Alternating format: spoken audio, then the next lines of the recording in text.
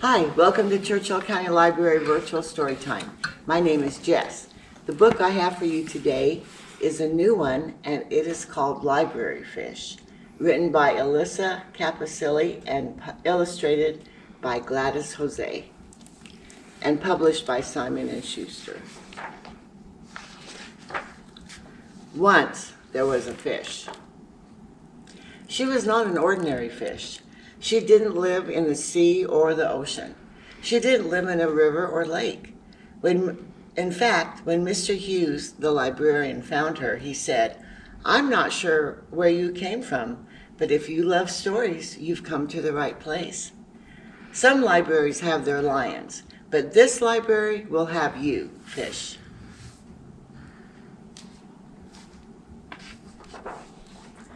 Hard as it might be to believe, Mr. Hughes was sure the fish wiggled her tail. She may have even smiled.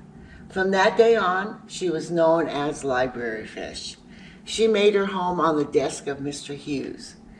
It was the perfect place to welcome all the visitors to the library. From where she sat, Library Fish could check each book that was borrowed and returned.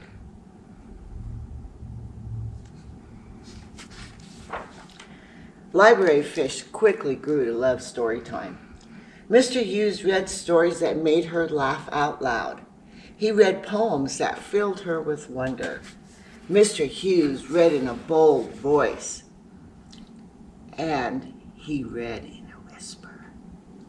Library Fish met characters who were brave and wild, while others were daring, shy, or inventive. Library Fish learned about distant places she might visit one day.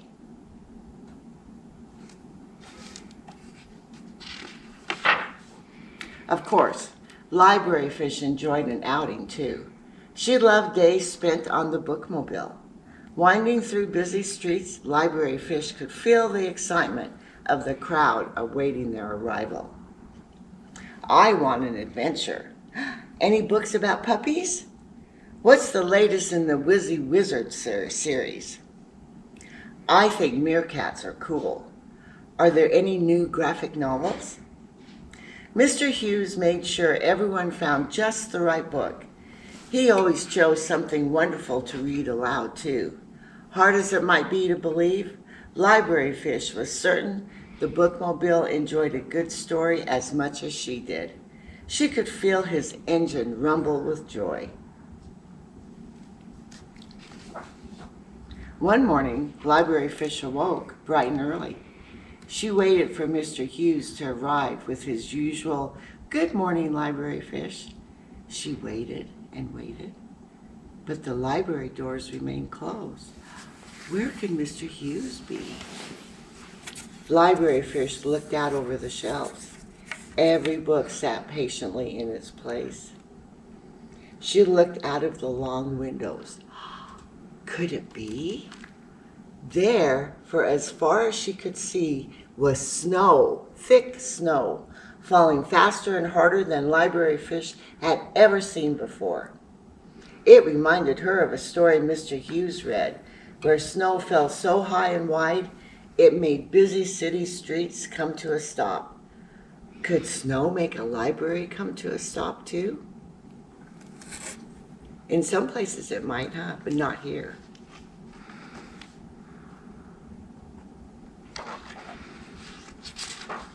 Library Fish swam around her bowl. She hummed a tune. She did some fancy spins, and the snow kept falling. The library grew quieter and quieter. There was only one thing to do. "The library may be closed on the outside," said Library Fish, "but it's always open on the inside. There's a story waiting for me. I just have to find it." Library Fish jumped. She leaped. She wiggled. She didn't get far at all. "Huh," she said.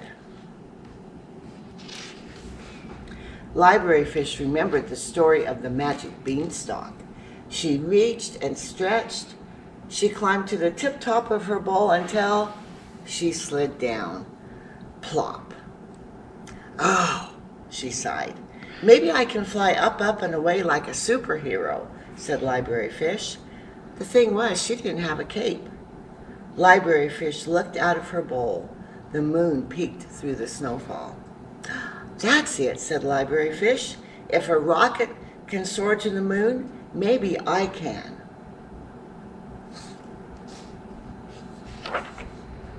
Five, 4, 3, 2, 1, blast off, she shouted.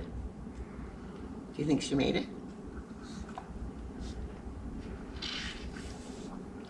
And with one big splash, Library Fish landed safely at the foot of a towering stack of books. Filled with all the possibility of a great story, she set off at once. Library Fish looked over the book cart.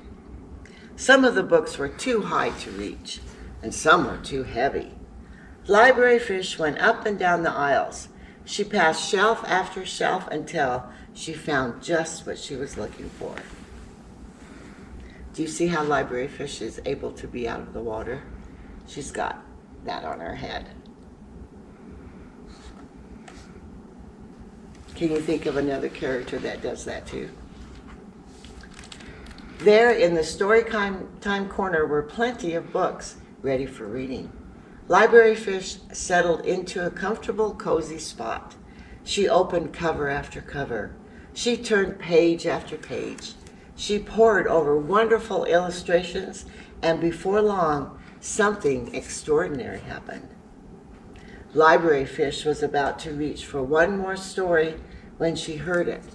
First a beep, then a honk, and then vroom, vroom. Why didn't I think of this sooner?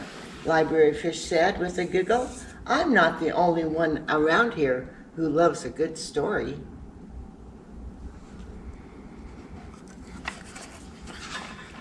Library Fish chose some of her very favorite books, and although it had already been a night filled with adventures, she was sure there was time for just a few more. Library Fish read in a bold voice. She read in a whisper. She read until she laughed out loud. She read until she felt the bookmobile's engine rumble with joy. And before long, something extraordinary happened again.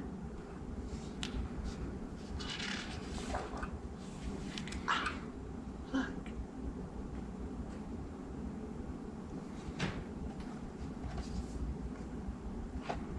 When the first rays of sun began to shine, a very tired Library Fish climbed back into her bowl. She dreamed wonderful dreams and until... Good morning, Library Fish, said Mr. Hughes. Are you ready to welcome our visitors? She was ready indeed. Library Fish smiled. She wiggled her tail. Hard as it might be to believe, Mr. Hughes was sure Library Fish yawned too.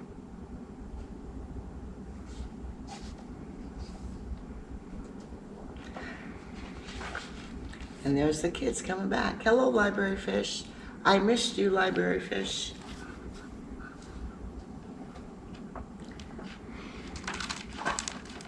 And Mr. Hughes is wondering why there are books on the floor. I hope you like that story. I hope you'll join me next time. And I hope you'll join me tomorrow on Tuesday at 10 a.m. for the Young Shakes presenting a Shakespeare play. And they're part of the Lake Tahoe Shakespearean Festival, and it should be fun. We'll see you there.